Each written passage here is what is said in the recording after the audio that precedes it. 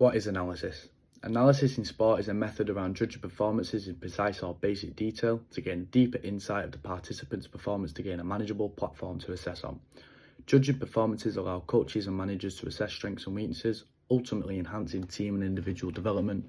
This positive development also allows a socially benefiting environment to play and improving, resulting in high levels of growth. How is it used in sport? Analysis is used in sport by assessing performances in categories such as tactical, technical, physical, and psychological. Furthermore, these categories can be analysed through statistical, video, notational, and performance profiling. These categories also allow coaches to be provided with information to improve team and individual performances. The coaches can do this by assessing strengths and weaknesses, which allows the team to play to strengths and improve weaknesses, overall improving the team's performances. The coaches can gain this information through categories such as video analysis, which allows the coach to pause sections of the game to analyse what went well and also what went wrong. Strengths and weaknesses of analysis.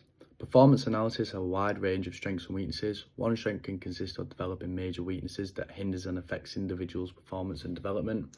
For example, weakness can be shooting in football. Identifying this weakness also allows the individual to focus workload on this weakness, which ultimately progresses the weakness into a strength, which positively affects on improving performances. Furthermore, if performances are improved due to this change of this weakness, this can hugely improve self-motivation within the individual, which allows greater levels of determination and happiness to be displayed within the sporting environment.